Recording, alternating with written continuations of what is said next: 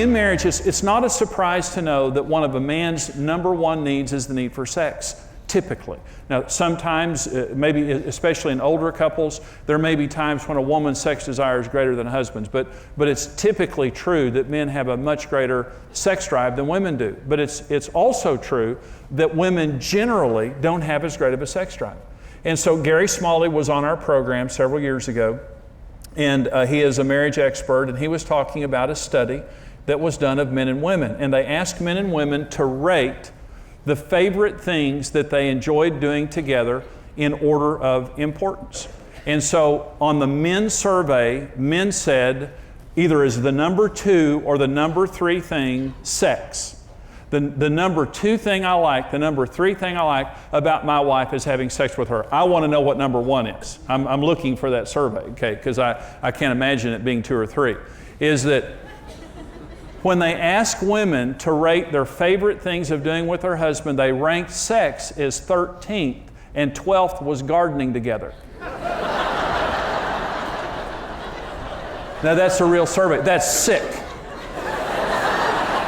Can you imagine she's saying, oh, well, I'd like to write poetry together. Oh, I'd like to, go to the show together. Oh, and by the way, I'd like to have sex, 13th, so but it shows you how different men and women are. So what happens is that a man walks up to his wife and says, I'd like to have sex. And so she's listening to him, and he's saying it just plain, I want to have sex. And here's what she thinks. Again?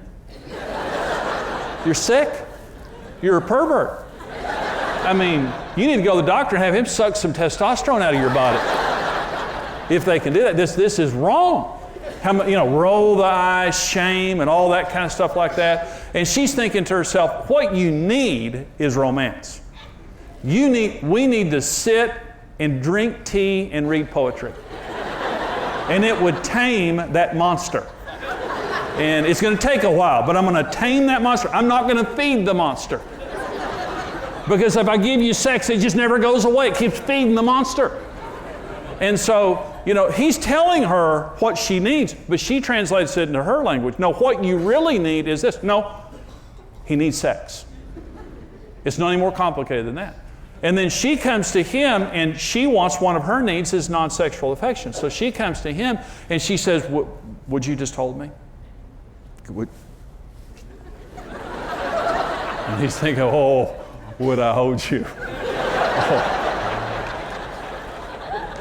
She's coming on to me. Thank God she finally wants sex. And so he becomes sexual with her, and she said, that's not what I want. She's thinking, yeah, it is what you want. You just don't know it.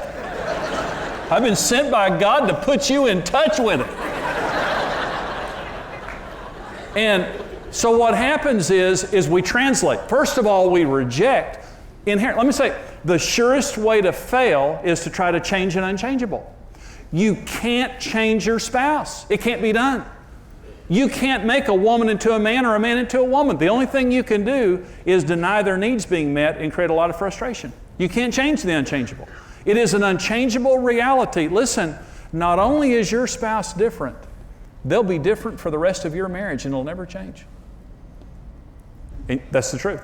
I'm saying to you, you can either torment yourself for the rest of your life, or you can just relax and say, they'll never be like me. I need to get used to this. I need to make peace with this.